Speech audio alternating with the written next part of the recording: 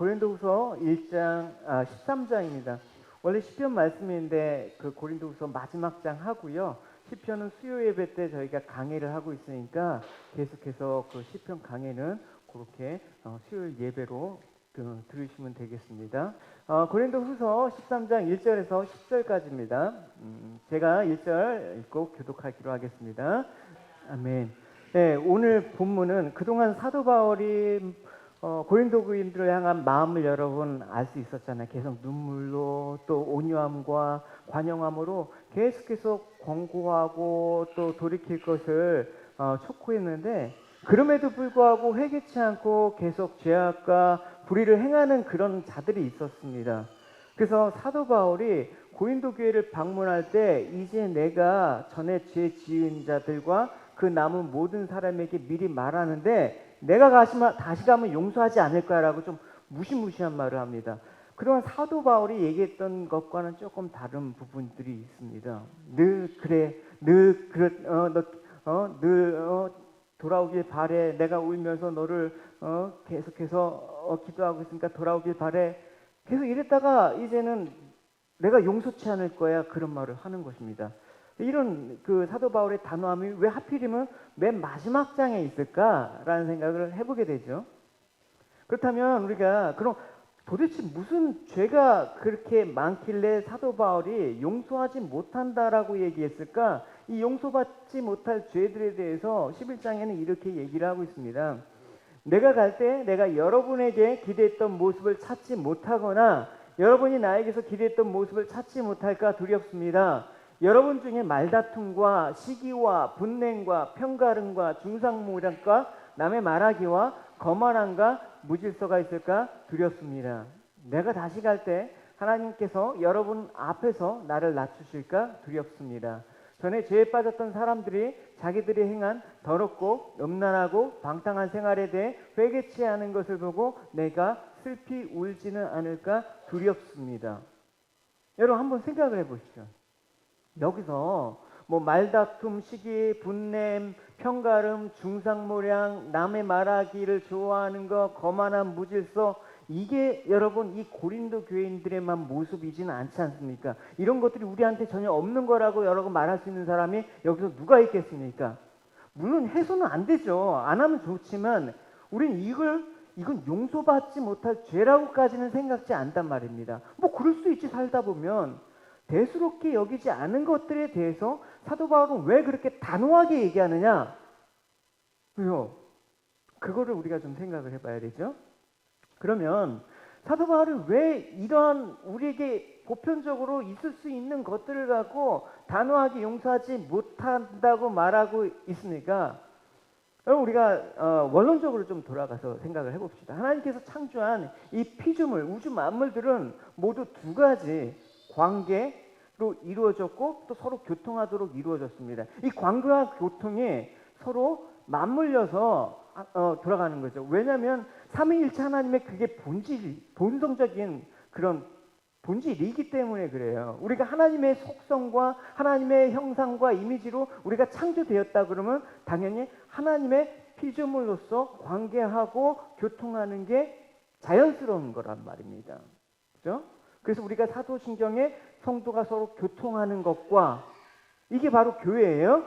그러니까 어떤 분은 그랬어요. 어떤 목사님이 주중에 저한테 그랬어요. 요즘 오히려 성도들 그러는데 목사님이 온라인 예배를 드리는 게 더 좋대요. 왜 그러세요? 그러니까 꼴배기 싫은 성도 안 봐서 좋대요. 이건 교통하는 게 아니란 말입니다. 내가 보기 싫은 거 안 보고 또 뭐 내가 좀 싫은 사람 안 보고 그걸 교통하는 게 아니죠. 그게 교회 온전한 모습이 아니죠. 그러니까 이 하나님의 거역하는 이 죄의 본질은 바로 이런 관계와 교통을 파괴하는 데 있기 때문에 하나님께서 단호하게, 사도 바울이 단호하게 이렇게 얘기하는 것을 여러분 이해하셔야 되는 것입니다. 그러니까 이런 이 관계와 교통을 파괴하는 이 죄는 하나님과 인간과의 관계, 또 교통하지 못하도록 하는 그런 부분이 있고, 또 사람과 사람 사이에 관계하고 교통하지 못하는데 그 핵심적인 그 요소가 있단 말입니다. 그렇기 때문에 사도 바울이 왜 이처럼 서로 시기하고 다투고 평가르고 분쟁하는 것들이 왜 너희들이 용서받지 못할 죄라고 얘기하냐면, 이 관계가 파괴되는 거는 결국 그리스도의 몸이 찢어지는 행위이기 때문에 그래요, 여러분. 그러니까 여러분, 교회가 이런 것들로 인해서 찢어지고 산산조각이 낸다라는 거는 정말 하나님 앞에 큰 죄예요. 하나님의 뜻은 어디에 있습니까?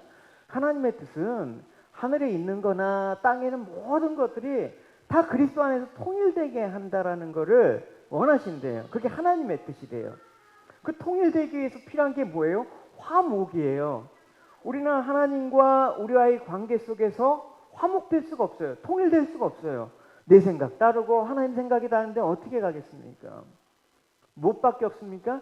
그리스도와 십자가밖에 없는 것입니다. 그래서 사도 바울은 자신이 사도적인 직분의 본질적인 성격에 대해서 얘기하고 있습니다. 내가 그냥 하는 게 아니라 뭐라고 하냐면, 특별히 이 자기 직분을 화목의 직분이라고 얘기하고 있습니다. 사람들과 하나님과의 그 관계와 교통이 깨진 그것들을 내가 화목하게.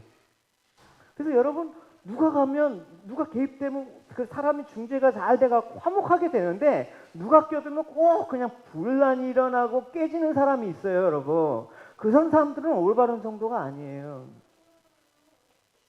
그래서 사도 바울은 자신의 직분에 대해서 화목의 직분이라고 고린도후서에 그래서 얘기하고 있습니다.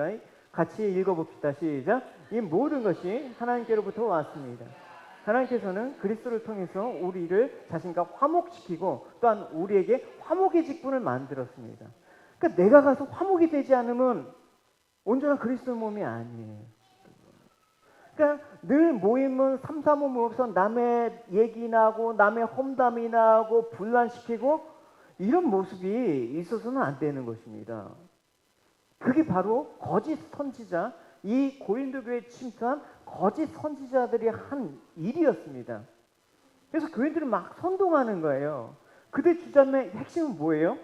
교회를 설립한 사도 바울은 사도가 아니야. 자격이 없는 사람이야. 그렇게 얘기합니다. 그래서 3절에 보면 그리스도께서 내 안에 말씀하시는 증거를 너희가 구했다. 이게 뭐냐면 거짓 사도들에 의해서 부활해동이 된 거예요. 고린도 교인들이. 그러니까 사도 바울에게 당신이 사도라는 증거를 우리에게 대라 라고 막 요구하는 거예요. 되게 무례한 거잖아요, 이게. 그러니까 이에 대해서 사도 바울이 얘기하는 거예요. 사도 바울이 4절에서 고린도 교인들에게 이렇게 얘기하고 있습니다. 같이 읽어봅시다. 시작. 그리스도께서 약하심으로 십자가에 못 박히셨으나 하나님의 능력으로 살아계시니 우리도 그 안에서 약하나 너희에 대해서 하나님의 능력으로 그와 함께 살리라. 사도 바울은 그리스도의 십자가와 부활에 대해서 말하면서 우리는 그 안에서 약하지만 너희에 대해서는 하나님의 능력으로 그와 함께 살리라고 결론으로 지금 대답하고 있단 말입니다. 그렇다면 여러분 한번 생각을 해보십시오. 사도 바울의 사도권과 그리스도의 십자가와 부활과의 상관관계가 무엇이냐? 여러분, 그리스도께서 이 땅에 오셨을 때의 모습을 생각해 본다 그러면 아주 연약한 모습으로 오셨습니다. 그죠? 연약한 모습으로 십자가를 지셨습니다. 그러나 연약해서 십자가를 졌지만 실상은 그리스도께서 연약한 분이 아니라는 얘기예요. 여러분 아시다시피 그리스도께서는 하나님의 아들로서 하늘과 땅의 모든 권세를 지니신 분 아닙니까? 근데 그럼에도 불구하고 주님께서 이 땅에 오셔갖고 연약한 자로가 된 것은 누구이 때문이냐? 우리 때문이다.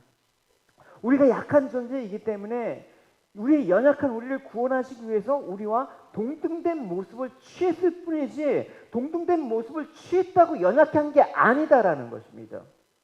그걸 어떻게 증명하셨다? 그리스도의 부활로 증명하셨다.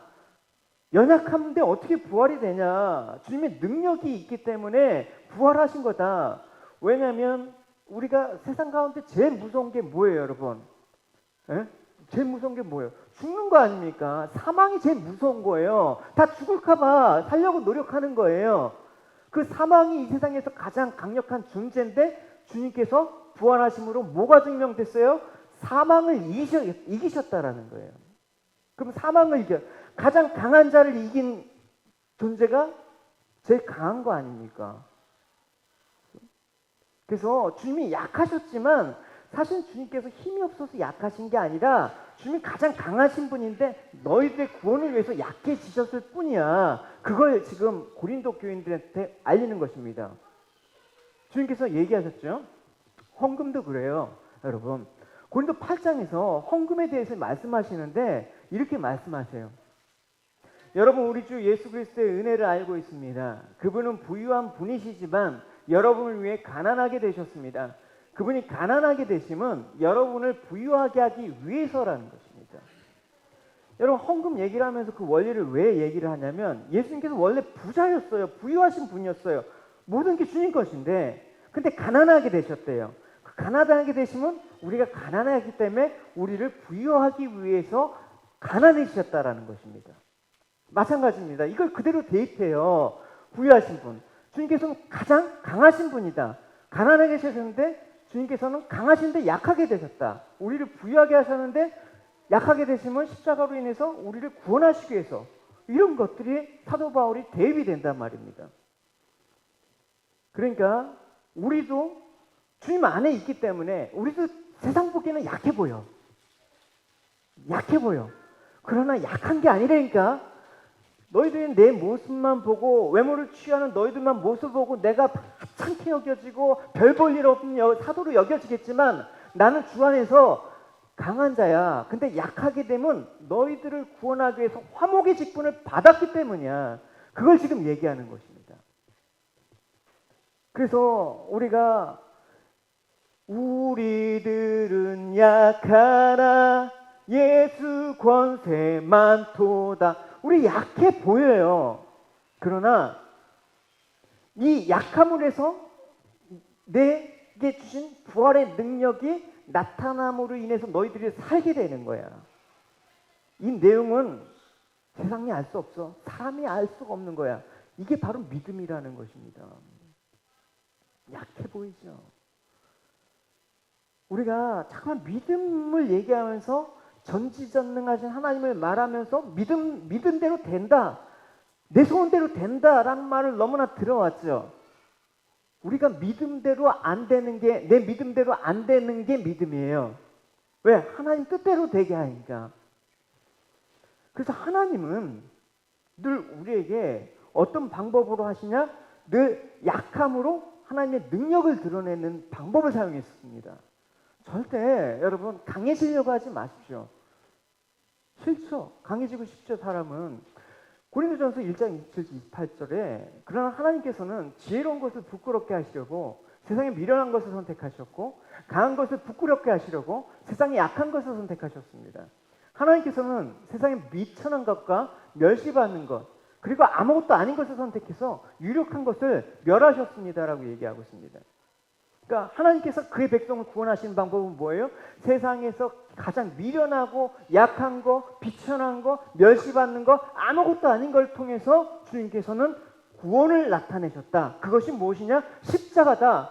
그래서 여러분 내가 십자가 내가 처음 볼 때에 나의 모든 큰 고통 사라져. 십자가가 그런 의미예요, 여러분. 액세서리가 아니란 말입니다. 내 구원을 위한 부족이 아니란 말입니다. 십자가는. 거기 안에 예배 잘 드리나?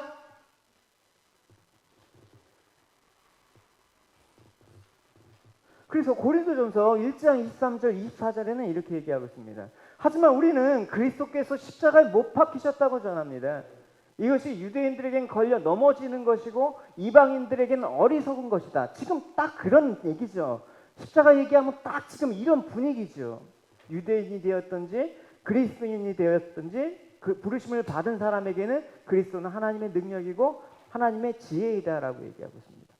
여러분 그리스도의 십자가가 왜 유대인에게나 이방인들에게 걸려 넘어지게 되는 것입니까? 여러분 이 당시 유대인들의 사고방식과 헬라인의 사고방식을 비춰보면 이건 당연한 거예요. 당연한 거란 말입니다. 당시 유대인들은 자신이 기다리던 메시아가 오시면 하나님의 능력으로 로마 제국을 쳐부신다고 생각을 했습니다. 그래서 이방의 압제를 부수시고 다윗이 건설했던 그 옛 다윗의 왕국의 영화를 누리게 하신다라는 거예요. 그러니까 유대인들에게 십자가에 달려 죽은 그 예수는 그리스도가 아니고 메시아가 아니고 무능한 자야, 패배자야. 그렇게 보였습니다. 그 십자가가 무슨 구원이 되겠습니까? 헬라에게 보십시오. 당시 철학적인 사고에 젖어져 있던 헬라인은 그들 지혜를 자랑했습니다. 그럴듯하게 꾸며지고 또 채색된 이방 신들에게 구원을 갈망했습니다. 근데 그들에게 예수께서 하나님의 아들로서 인간의 죄를 대신해서 죽으셨다는 복음이 받아들여지지 않아요. 내 죄를 대신 가져가시고 주님을 믿으면 구원을 받겠다라는 이 복음의 진리가 되게 미련해 보이는 거예요. 터무니없는 거 보여요. 되게 무식해 보이는 거야. 비이성적으로 보이는 거야. 그래서 그들에게 있어서 십자가상에 죽어간 예수는 자기 목숨 하나 건지지 못한 보잘것없는 인간에 불과한 그런 것입니다. 그러니까 복음의 진리가 그들에게 들어가겠습니까? 이 시대 여러분 십자가가 우리를 살리는 구원이다라고 얘기한들 그게 전달이 되겠습니까? 사람은 있잖아요. 누구랑 강한 사람이 되고 싶잖아요. 자기 능력을 과시하고 싶잖아요. 능력을 자랑하고 싶잖아요. 그래서 사도 바울은 고린도 교인들에게 너희가 외모만 취하는구나 라고 하지 않았습니까? 그러니까 약한 막 가시가 몸에 있고 또 뭐 하여튼 외모로 볼품이 없어. 주님도 역시 외모로 볼품이 없었다고 얘기하고 있죠. 약한 모습으로 비춰지는 사도 바울이 그들에게 있어서는 별로 신통치가 않아. 그런 사도 바울은 고린도 교인들에게 자신의 그런 모습을 내가 약해 보이고 내가 비천해 보인다고 해서 내가 진짜 약하고 비천한 자가 아니다. 내가 진정 하나님의 사도이다 라고 얘기를 하는 거예요. 그래서 내 진정한 사도됨은 내 안에 계신 하나님의 능력으로 말미암아 그것들이 너에게 구원을 하기 위해서 내가 약해질 수밖에 없어요. 내가 강해지면 하나님이 안 나타나거든. 내 의와 내 자랑만으로 했는데 그 안에 뭐가 하나님이 있겠습니까? 고린도 후서에 이렇게 고백하고 있어요. 그러나 주님은 나에게 내 은혜가 내게 족하다. 내 능력이 약한 데서 온전해진다고 말씀하셨습니다. 나는 그리스도의 능력이 내 위에 머물도록 하기 위해서 나의 약한 것을 더욱 기쁘게 자랑합니다. 그러므로 나는 약할 때나 모욕을 받을 때나 궁핍할 때나 핍박을 받을 때나 어려움이 있을 때 그리스도를 위해서 기뻐합니다. 왜냐하면 나는 약할 그때 강하기 때문입니다. 약할 그때 왜 강함이 나타나는가 여러분 알지 못하면 이거 그냥 립서비스가 되는 거야. 여러분 왜 약한데 강해? 강해야지 강한 거지. 속으로는 그렇게 해놓고 약할 때 강함 되시고. 그래서 고린도 교인들은 영적으로 참 미숙했어요. 육신에 속했기 때문에 고린도 교인들이 쉽게 넘어갔어요. 거짓 교사의 미혹에 눈이 어두워서 하나님의 사도를 옳게 보지 못했어요. 겉모습만 보고 의심했습니다. 하나님 그 큰 사랑을 받아놓고도 오히려 불평하고 원망하고 더 나아가서 아주 무례하게 대했죠. 무례하게 대했다란 말입니다. 어떤 한번 봅시다. 단편적으로 비록 내가 여러분을 사랑하는 것만큼 여러분이 나를 사랑하지 않더라도 나는 여러분의 영혼을 위해서 나 자신과 내가 가진 것을 기쁘게 내놓겠습니다. 이런 사도 바울, 여러분 가운데 이런 말을 하는 사람이 있대. 이런 사도 바울의 말을 곡해서 바울이 우리를 방문해서 아무런 부담을 지우지 않는 것은 사실이야. 그러나 그는 비열한 인간이니까 어떤 방법으로든 우리를 속여 돈을 빼앗아갈 게 틀림없어. 목사가 돈을 밝히는 사람으로 보는 그게 믿음의 사람입니까?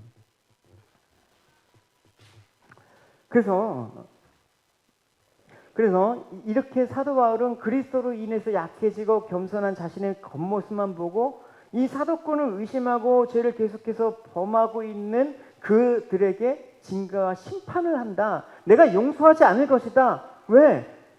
이거 받아들일 수 있는 게 아니에요. 더 이상 더 나아가다는 그리스도 몸에 찢어질 위기에 있단 말입니다. 그걸 뭐라고 합니까? 그래서 칠이라고 얘기하죠. 치료할 땐 강하게 할 수밖에 없는 거예요. 왜냐하면 누가 여러분 신천지 교인이 여기 와갖고 막 그렇게 해갖고 담임 목사 이간시키면 어떻게 합니까? 그냥 오냐 그리스도의 사랑은 내가 품겠다. 이게 아니라 단호하게 그때는 용서하지 않고 쳐내는 거죠. 그러니까 내가 이제 심판을 하고 너희들 용서하지 않고 징계를 하는데 뭘 하느냐? 내 약해진 게 아니라 내 안에 진정한 부활의 능력으로 하나님께서 능력을 보이신 것처럼 그 내가 정말 하나님의 능력을 지닌 사도임을 너희들한테 입증함으로 말미암아 저들이 가짜라는 걸 내가 밝히겠다라고 얘기하고 있습니다. 그러니까 여러분 내 안에 진리로 인해서 여러분 충만해야지만 여러분 이런 미혹들과 이런 것들을 이겨낼 수 있어요. 여러분 교회마다 한국의 교회 가면 문 앞에 붙여지는 게 있어요. 신천지 출입금지. 얘네들 이거 무서워합니까 여러분? 그거 A4 용지로 그거 프린트했다고 뭐 무서워해요 여러분? 하나도 안 무서워해요 여러분. 그런 짓 하지 말고 진리 안에서 여러분 무장하면 와도 여러분 뭐 드러나지 않습니까? 그래서 우리가 오늘 이 땅에 살면서 이런 그리스도의 약하심과 강하심을 분명히 깨닫고 실천을 해야 된다라는 것입니다. 그래서 여러분 우리가 지체 중에 인간적으로 연약하면 어쩔 수 없이 죄를 저지르고 실수할 때는 끝없이 참고 용서해 줘야 되는 거예요. 그게 맞는 거예요. 그렇지만 강팍한 마음으로 죄를 범하고 하나님을 대적하는 자들에게 바울처럼 이렇게 바울에게 대해서 대적했던 이들에 대해서는 단호하게 징계하고 심판을 선포할 때가 있어야 되는 것입니다. 그러니까 사랑과 이 치리와 이것들이 여러분 분리가 돼서는 안 되는 것입니다. 가끔 혼동하죠. 혼동하게 만들어요. 연약한 인간에 대한 하나님의 사랑만 간주하다니까 죄에 대한 단호함이 사라지는 거야. 이래도 되겠지. 교회는 이래도 되겠지. 왜? 사랑의 하나님이니까. 이래도 되겠지. 이래도 안 되는 거 되겠지라고 하면 안 되지 않습니까, 여러분? 하나님 앞에 우리가 경외함을 잃어서는 안 되는 것입니다. 하나님이 죄에 대해서 얼마나 엄격한지 그거 여러분 관가하지 않고 하나님 사랑하시니까 괜찮겠지. 하나님 기만하는 겁니다. 이런 기만의 모습이 이 죄에 대한 단호함들이 반쪽을 잃어버리니까 하나님의 사랑까지도 곡해해서 그렇게 자기중심적으로 그렇게 하는 거예요. 그래서 여러분 교회에는 교회 표징인 십자가는 연약한 인간을 위해서 그리스도의 사랑과 죽음을 이기신 주님의 능력이 함께 있는 거예요. 주님의 약하신 모습과 주님의 강하신 모습이 함께 있어야지만 십자가의 올바른 표징이 되고요. 그 십자가의 의미의 올바른 표징을 나타내는 게 온전한 교회의 모습이라는 것을 여러분 간과하시면 안 되는 것입니다. 그래서 교회는 그리스도와 십자가 외에는 자랑할 게 없는 것입니다.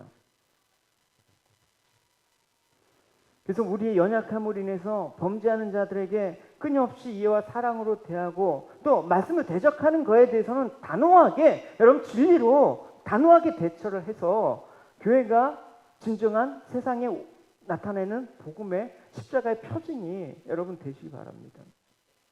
사도 바울은 단호하게 얘기하고 있습니다. 너희는 믿음 안에 있는가? 같이 읽어봅시다. 너희는 믿음 안에 있는가? 너희 자신을 시험하고 너희 자신을 확증하라. 예수 그리스도께서 너희 안에 계신 줄을 너희가 스스로 알지 못하느냐? 그렇지 않으면 너희는 버림받은 자니라. 우리가 버림받은 자가 되지 아니한 것은 너희가 알기를 내가 바란다. 여러분 시험하다, 이 확증하다라는 말이 뭡니까? 이거 원어적으로 보면 막 계련서에서 순금을 정제할 때 아주 고온으로 순금을 녹여갖고 불순물을 빼내는 그런 과정을 지니는 거예요. 그러니까 너희 자신을 한번 정밀하게 조사하고 살펴봐라. 대충 하지 말고 말씀에 그냥 말씀 가운데 너희 자신이 얼마나 어떤가 정밀하게 비춰보라는 거예요, 여러분. 그래서 이제 여성교회 모임을 하는 아까 회의 있는데 그것도 이제 그룹으로 나눠서 이제 묵상을 이렇게 하는 거에 대해서 나누기 위해서 모이시는 거죠, 여러분. 여러분 자신을 시험해 보란 말입니다. 뭐로요? 말씀으로요. 스스로 믿음이 있는 자라고 여기지 마시고 내가 교회에 그냥 직분자다, 내가 교회에 그냥 그래도 한 10년 넘게 신앙생활했는데 그냥 이것저것 들어서 아는 건 그래도 좀 있어. 이게 진짜 신자가 아니란 말입니다. 그죠? 아는 것과 사는 것과는 다르죠. 그래서 이 말씀은 뭡니까? 너희도 한번 해봐라. 그러니까 너희 안에 예수가 없으니까 사람을 잘못 보는 거지. 너는 진정한 사도인 나를 판단하는데 대상을 잘못 골랐어라는 그 얘기를 하는 것입니다. 그래서 복음을 향한 내가 진정한 사도인지 그 증거를 너희들이 요구했지만 내가 너희들을 성도라고 칭한 너희들을 바라보니까 어떤 모습이냐? 다투고 싸우고 음란하고 더러움에 삽힌 너희들이야말로 진정한 성도인지 너희 안에 예수가 있는지 한번 스스로 너희들이 확증해봐. 이렇게 얘기하는 것입니다. 스스로 여러분 안에 내 안에 예수가 있는지 확증을 해보란 말입니다. 외모로 판단해서 다른 사람과 비교해서 저 사람 믿음 있다 없다 이거 하지 말고 너희 안에 예수가 있는지 너희가 잘 알 거 아니야. 그걸 얘기하는 것이죠. 그래서 예수님이 내 안에 계시다는 건 뭘로 나타나는 거예요? 성령이 임하시면 안 된다는 것입니다. 요한일서 4장 13절 읽어봅시다. 시작. 하나님이 우리에게 성령을 주셨으므로 우리가 하나님 안에서 살고 하나님 우리 안에 계신다라는 것을 우리가 압니다. 우리 안에 성령이 임하시게 되면 뭘 합니까? 죄가 무엇인지 안단 말입니다. 죄란 뭐예요? 그리스도를 믿지 않는 게 죄예요. 지금까지 내가 살아오면서 예수 제대로 믿지 않고 내가 나를 믿고 내 결정과 내 인생의 야망을 위해서 살아온 모든 것들이 죄임을 알고 이 죄 때문에 예수님께서 죽으신 것을 알고 믿게 되는 자가 그리스도가 마음 가운데 계신 자란 말입니다. 그죠? 근데 고린도 교회는 이미 예수 믿는다고 하면서 온갖 문제들을 다 들춰내는 거예요. 시기와 질투와 자랑, 그게 뭡니까? 다 내가 잘났어, 내가 제일 잘 나가, 내가 최고야, 이런 마음이 있지 않습니까? 이런 자들에게 사도 바울은 모갈품 보지 마십시오. 이런 자들에게는 사도 바울은 이렇게 얘기하고 있습니다. 누가 여러분이 남달리 뛰어나게 하셨습니까? 여러분이 가진 것 중에 하나님께 받지 않는 것이 무엇입니까? 여러분이 가진 것이 하나님께 받은 것이라면 어째서 받지 않는 것처럼 자랑하십니까? 그러니까 사도 바울은 너희들 거룩한 성도로 구별했지? 그리고 구별할 뿐만 아니라 너희들에게 신령 은사를 다 줬어. 왜? 하나님과 사람들을 화목케 하기 위해서 필요한 것들을 나눠줬단 말이야. 물질도 나눠줬지, 또 믿음도 나눠줬지 했는데 너희들은 왜 그걸 너희들 것처럼 그렇게 자랑하면서 그렇게 사용하니? 하나님이 주신 거 하나님을 위해서 사용하게 되기 위해서는 너희들이 낮아져야 돼. 약해져야 돼. 그래서 남을 섬기고 다른 사람이 하나님을 알도록 그렇게 너희들이 약해져야 되는데 하나님이 주신 거 갖고 너희들 것이냐 자랑하면서 그것들로 갑질하면서 남을 누르고 죽이는데 왜 사용하니? 그 얘기하는 거예요, 여러분. 좀 있으면 얼마나 여러분 젠치합니까? 좀 가졌으면 얼마나 여러분 가진 척합니까? 아는 척합니까? 무시합니까? 예수님 세상에 누구를 위해서 찾아오셨습니까? 세상에서 가장 약한 자, 선대받고 무시받는 자, 약한 사람들을 찾아오셨습니다. 그래서 마가복음에 나는 섬김을 받으러 온 것이 아니라 섬기러 왔다. 많은 사람의 죗값을 치르기 위해서 내 생명마저 주려고 왔다라고 얘기하고 있습니다. 예수님은 가장 강하신데 가장 약한 모습으로 오셨다라는 것입니다. 사람들은 근데 강한 사람이 되고 싶어요. 출세하고 싶어요. 이 땅에서 인정받고 싶어요. 능력을 과시하고 싶고 그 능력이 있음을 자랑하고 싶어요. 여러분 이 말씀하신 배경이 뭡니까? 예수님께서 예루살렘으로 입성하기 직전에 제자들이 막 다투고 있는 거예요. 왜? 예수님께서 예루살렘 입성하면 누가 높은 자리에 오를 것입니까? 하신 중에 하신 말씀이에요. 그래서 제자들이 이렇게 얘기하죠. 주님, 저희 소원을 들어주십시오. 예수께서 무엇을 원하느냐 하고 물으시자 그들이 말했다. 저희는 주께서 영광 받으실 때 주님 다음의 자리에 앉게 되기를 원합니다. 한 명은 주님의 오른편에, 한 명은 주님의 왼편에 앉게 해주십시오. 이게 뭐예요, 여러분? 한 자리 떼주십시오. 장관 하나 주십시오. 내가 그렇게 주님을 위해서 고생했는데 그것도 못 해주십니까? 여러분, 하나님의 마음을 모르는 사람들은 세상의 성공으로 자기 마음을 가득 채워요. 그 마음 갖고 주님 앞에 나오는데 그 마음이 온전히 주님을 향해지겠습니까? 그러니까 그 마음 가운데 주님 앞에 나와서 주여 주여 하면 어떤 일이 벌어집니까? 결국은 세상에서 내게 기쁨이 되는 것도 주님께서 기쁨이 되는 거야. 내가 잘 되는 게 주님께서 영광이 되는 거야 라고 생각하는 것입니다. 좀 일이 꼬이고 힘들면 하나님 영광을 가리는 거라고 생각해요. 참 이상하죠, 신앙이. 내가 잘 되고 못하는 거에 따라서 하나님께 영광과 영광이 아닌 거를 그렇게 판별을 한단 말입니다. 대학에 떨어지면 영광을 가리는 것입니까? 합격하면 영광을 돌리는 것으로 여깁니까? 여러분, 은규한테 얘기했어요. 저 얘기했어요. 너 아무 데나 가도 돼. 뭐 부담 갖지 말고 봐. 뭐 공부한 너 인생의 전부도 아니고 네가 후회 없이 하면 돼. 그죠? 너 시험 보지 축하해줘요. 괜찮아요. 뭐 내일 모레 시험인데도 데리고 왔어요. 뭐 그 한 시간 뭐 하루 더 공부한다고 뭐 대학교 가갖고 뭐 하나님께 영광 돌린다고요? 택도 없는 소리 하지 마요, 여러분.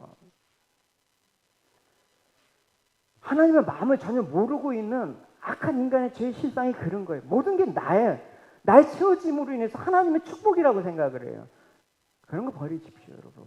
그건 복음도 아니고 그건 십자가의 온전한 의미도 될 수가 없는 것입니다. 그렇죠? 그럴 때 여러분 뭐가 소멸됩니까? 내 안에 하나님의 진정한 능력이 소멸되는 거예요. 하나님 일하실 기회가 없는 거거든. 내가 약해야지만 하나님의 강하심이 드러나지, 내가 강했다고 얘기하면 하나님의 강하심이 드러나겠습니까? 그러니까 내 힘으로 살아간다고 외치는 사람들이 하나님의 능력이 우리를 살리고 있다는 그 강함을 나타낼 수가 없는 거예요. 복음의 능력이다. 복음의 능력이다. 제가 왜 김용희 선교사님을 존경합니까? 그분은 복음으로, 여러분, 복음으로 그냥 복음이 삶이에요. 하나님이 세상을 이처럼 사랑하셨는데 그 복음이 여러분 하나 살리지 못합니까? 막 너무 멋있죠. 왜 그럽니까? 그분은 이미 자신의 강함이라는 것들을 내세우지 않습니다. 예수님의 강함은 어디서 나타납니까?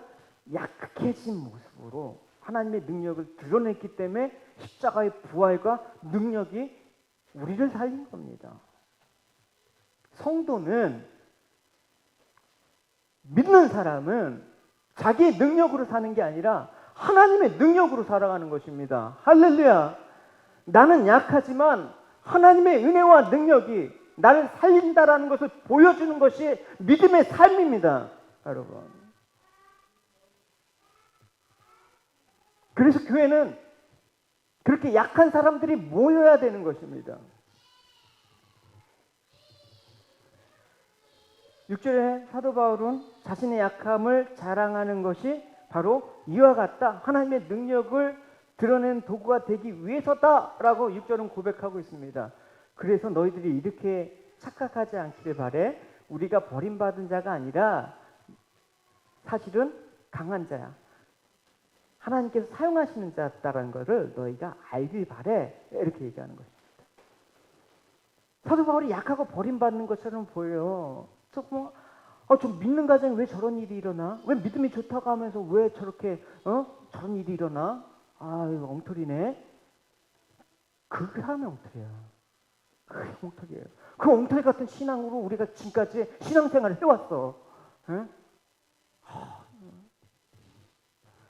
버림받은 자가처럼 보이지만 그 약함으로 다른 사람을 살리는 것이기 때문에 그게 버림받은 게 아니야라고 사도 바울은 얘기를 하고 있는 것입니다. 예수님께서 하늘의 미랄이 썩는 거 얘기하셨잖아요. 내가 진실로 너에게 이르노니 하늘의 밀이 땅에 떨어져 죽지 아니하면 하나에 그대로 있고 죽으면 많은 열매를 맺느니라. 안 죽으려고 하니까 그렇죠. 예수님이 죽으심으로 자기 백성을 다 살려내셨죠. 살아난 너희들이 이제 복음을 증거할 때도 너희들도 주님과 같은 모습으로 가는 거야. 그래서 자기 십자가를 지고 자기 부인의 모습으로 그렇게 가는 모습이야. 그 약한 모습이 너희들이 못나서 버림받은 것이 아니라 하나님의 은혜와 사랑을 나타내기 위함이야 라는 거죠. 그럼 뭘로 여러분 성도됨을 나타냅니까? 저는 그걸 묻고 싶어요. 믿는 사람들한테. 당신은 뭐로 하나님의 사람임을 나타내고 있습니까? 성도에게 주어진 은혜는 하나님께서 자기 아들을 십자가에 달리게 하신 말할 수 없는 은혜, 그 은혜가 우리를 다시 살리시고 우리가 그리스도 안에서 새로운 피조물이 되었다. 그 피조물이 되은 것은 모두 하나님께서 이처럼 세상을 사랑하사 독생자를 주셨으니 이는 아무도 멸망치 않고 영생을 얻게 하기 위함이라는 하나님의 사랑으로 인한 것이다. 이걸 여러분 지금 나타내고 있습니까? 이 사랑을 아는 사람은 삶의 흔적이 보여질 수밖에 없어요. 나의 삶에 주의 흔적 남게 하소서. 하나님의 사랑이 영원히 함께하리. 십자가의 길을 걷는 자에게, 순교자의 삶을 사는 이에게, 조롱하는 소리와 세상 유혹 속에도 주의 순결한 신부가 되리라. 내 생명 주님께 드리리. 그렇죠? 그래서 이 사랑을 아는 사람, 여러분 가운데 주님의 흔적이 있길 바랍니다. 할렐루야.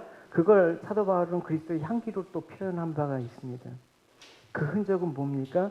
사람을 외모로 평가하지 않는 것입니다.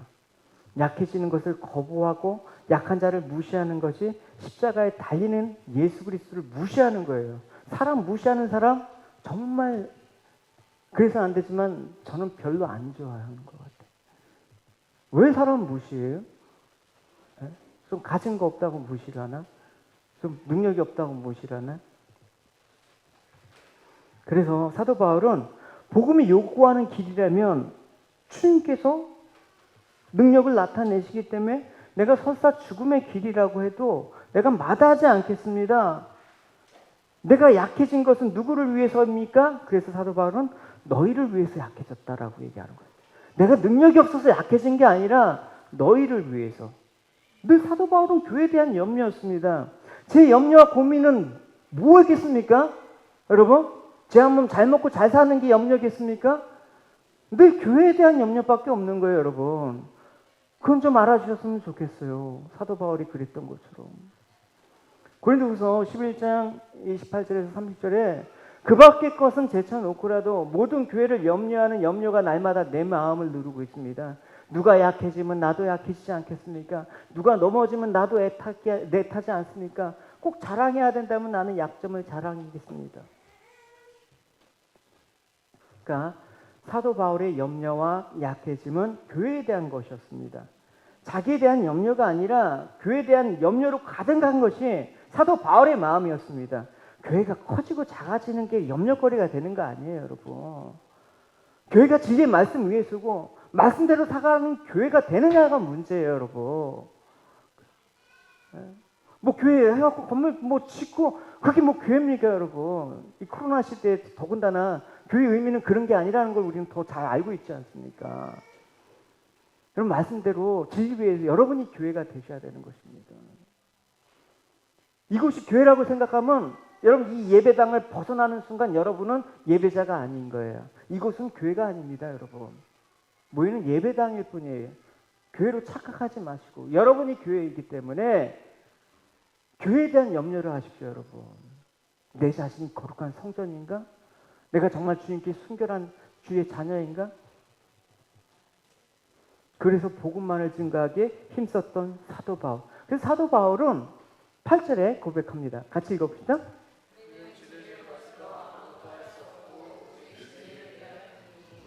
나는 진리를 위해서 거스르지 않는다.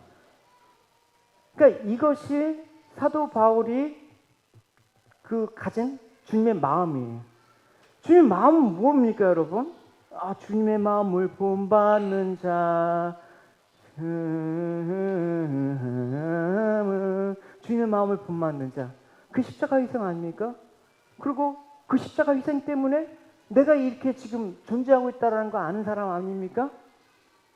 아는 것으로 그쳐서는 아니라, 그러면 그 십자가에도 진리가 나를 고생과 희생의 길로 인도할 때 순종할 마음이 있는가?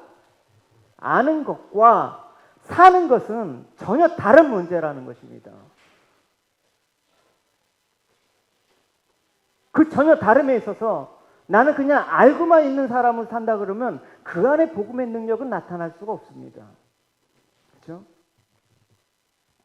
아는 건 누구나 할 수 있죠, 여러분. 교회 1년 이상 다니면 적어도 들은 게 있어서 그냥 대충 알아요. 알아먹어요. 그러나 사는 것은 잘 안 되잖아요. 왜 안 되느냐? 말씀이 나를 다스리는 거를 싫어하니까. 내 삶은 내놓지 않으니까. 내 거라고 움켜쥐니까. 다스려지지가 않는데 믿음으로 사라집니까? 그럼 외식이죠? 그러니까 너희가 그리스도가 너희 안에 있는가? 너희가 스스로 확정해봐. 그 말은 뭐예요? 너희가 말씀 안에서 다스려짐을 받고 있는 삶을 지금 살아가고 있는가? 한번 봐봐. 너희가 알잖아 지금. 진짜 믿는 건지. 너희가 진짜 믿음 있는 건지 너희가 알잖아.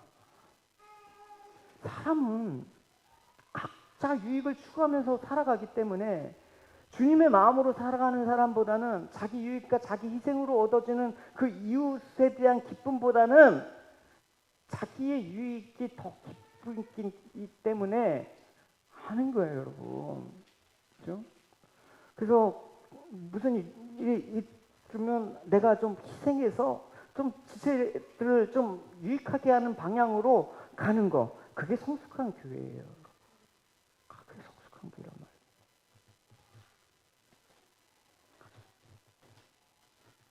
그래서 사도 바울은 9절 10절 사도 바울은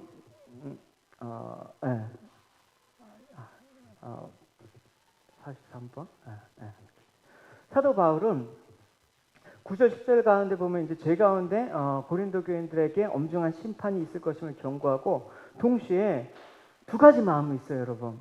여러분 자녀를 징계할 때 어떤 마음이 있습니까? 내가 이걸로 인해서 실족하지 않는 마음. 그러니까 두 가지 마음.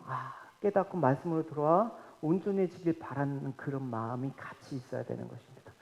감정적으로 막 책망과 훈계가 아니라 이 마음을 갖고 하는 거 대단히 중요한 것이죠. 9절과 10절 읽어보도록 하겠습니다. 네, 같이 읽어보겠습니다. 시작.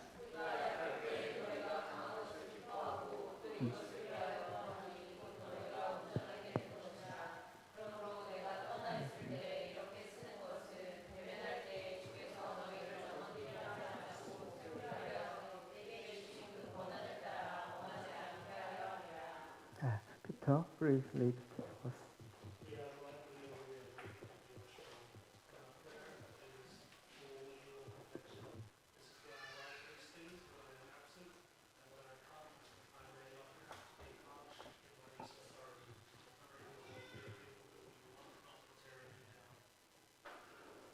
사도 바울은 결국 그 얘기 하는 거예요. 너희가 온전하게만 될 수 있다면 나 지금처럼 약해지고 낮은 위치에 있어도 되고 심지어는 내가 버림을 받아도 좋아. 그 얘기를 하는 겁니다. Paul says here, if you become whole, being weak and helpless shouldn't matter, and even when abandoned, it would be fine.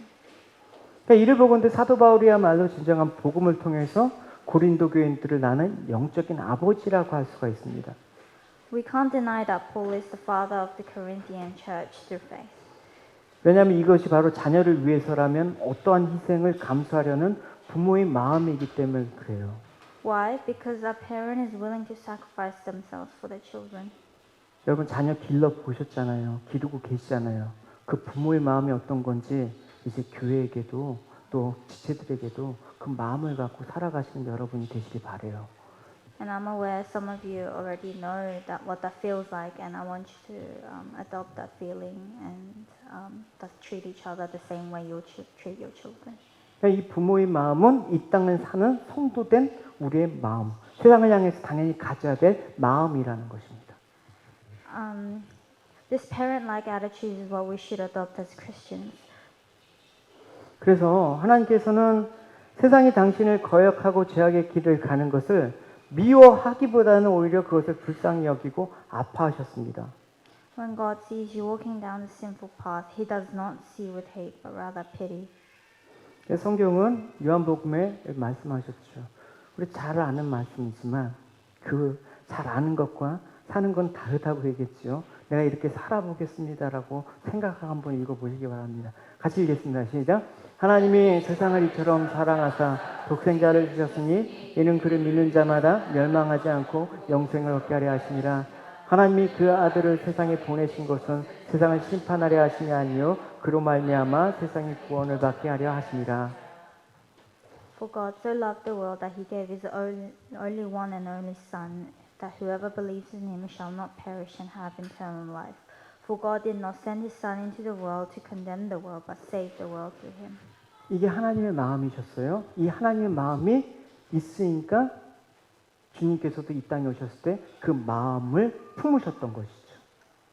And this is the true heart of God. And like Christ, when He came down to the earth, He too felt the same way.